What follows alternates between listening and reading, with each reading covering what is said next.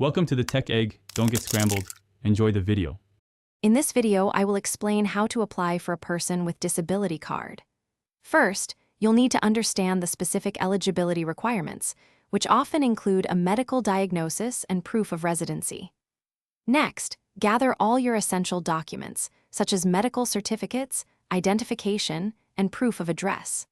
Finally, identify the correct government agency or online platform in your area to submit your complete application. This process ensures a smooth and efficient experience for you. To successfully apply, you'll need several key documents. Start with a comprehensive medical certificate from a licensed doctor, clearly outlining your disability. Then, ensure you have valid identification, such as your national ID card or passport. You'll also need proof of your current address, like a recent utility bill or bank statement. Don't forget to include 2 to 4 recent passport-sized photographs, as these are often a mandatory requirement for the card. The application process involves a few straightforward steps. First, meticulously fill out the official application form, ensuring all information is correct. Next, submit your complete set of documents to the appropriate government office or through their secure online portal.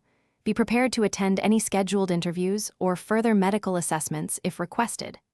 After submission, patiently await official notification regarding the status of your person with disability card application.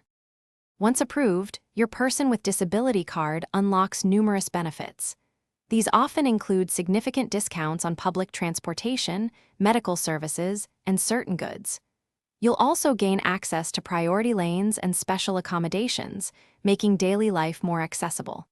Remember, these cards typically have a validity period, often between 3 and 5 years. Be sure to initiate the renewal process well before its expiration to continue enjoying all the valuable benefits.